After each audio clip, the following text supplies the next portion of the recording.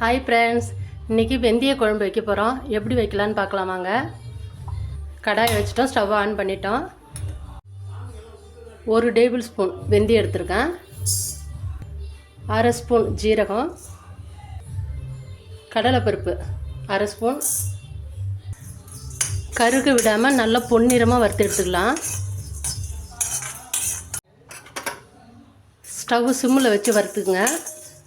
வெந்தயம் வந்து கருகக்கூடாது, கருகுனா வந்து குழம்பு உங்களுக்கு வந்து கசப்படிக்கும்.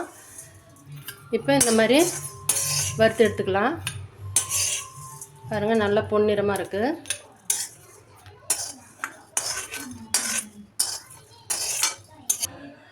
நல்லெண்ணெய் எடுத்துருக்கேன், ஒரு 5 டேபிள் ஸ்பூன் நல்லெண்ணெய் ஊற்றிக்கலாம்.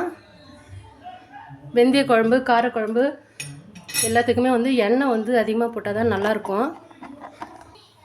1/4 ஸ்பூன் கடுகு உளுத்தம்பருப்பு, 1/4 ஸ்பூன் வெந்தயம், பெருங்காயத்தூள் கொஞ்சமாக போட்டுங்க, கருவேப்பிலை கொஞ்சம் போட்டுங்க,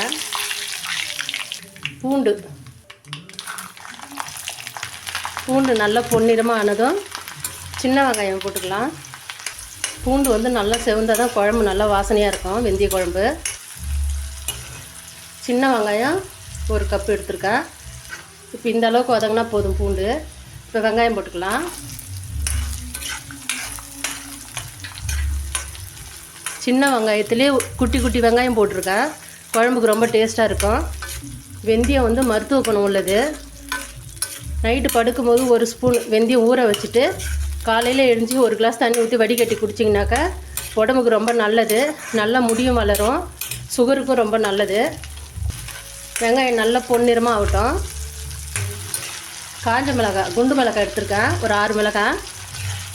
வெங்காயம் வதங்க கொஞ்சம் உப்பு போட்டுக்கலாம்.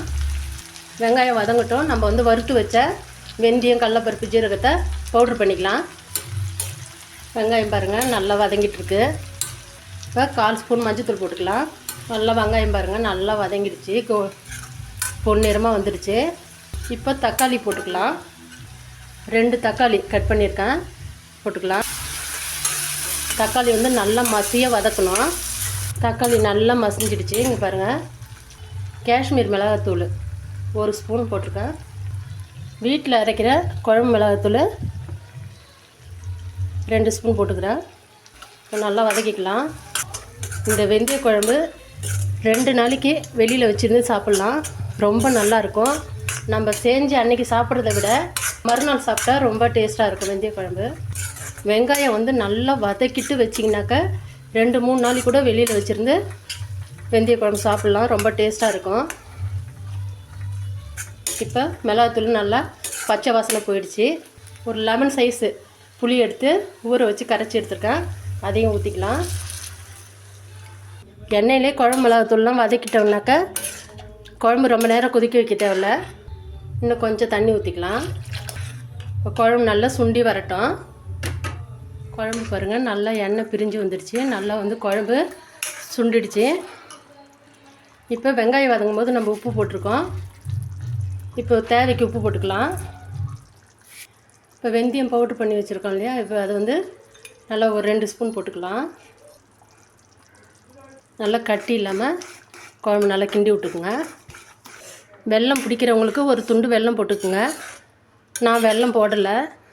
வெந்தய பவுடர் வந்து நம்ம குழம்பு இறக்க போகும்போது தான் போடணும், முன்னாடியே போட்டோம்னாக்கா கசப்பு எடுத்துரும். பாருங்கள் நல்லா குழம்பு நல்லா திக்காக இன்னும் ஒரு 5 நிமிஷம் அப்படியே சுண்டட்டும். 5 நிமிஷம் ஆயிடுச்சு, நல்லா எண்ணெய் பிரிஞ்சு வந்துடுச்சு பாருங்கள். அருமையாக வெந்தய குழம்பு ரெடி ஆகிடுது. வெந்தய குழம்பு எப்போ வேணாலும் வச்சு சாப்பிட்லாம். வெந்தயம் வந்து குளிர்ச்சி, சளி பிடிச்சிக்கணும்லாம் நினைக்கக்கூடாது. நம்ம அதை வேக வச்சிடறோம் இல்லையா வெந்தயம் போட்டு, அதனால் எப்போ வேணாலும் நீங்கள் வெந்தய குழம்பு எடுத்துக்கலாம். இப்போ இது மேலே கொஞ்சம் கொத்தமல்லி தூவி விட்டுக்கலாம். அவ்வளோதான், ஸ்டவ் ஆஃப் பண்ணிடலாம். பிடிச்சிருந்தாக்கா லைக் பண்ணுங்கள், ஷேர் பண்ணுங்கள், சப்ஸ்கிரைப் பண்ணுங்கள்.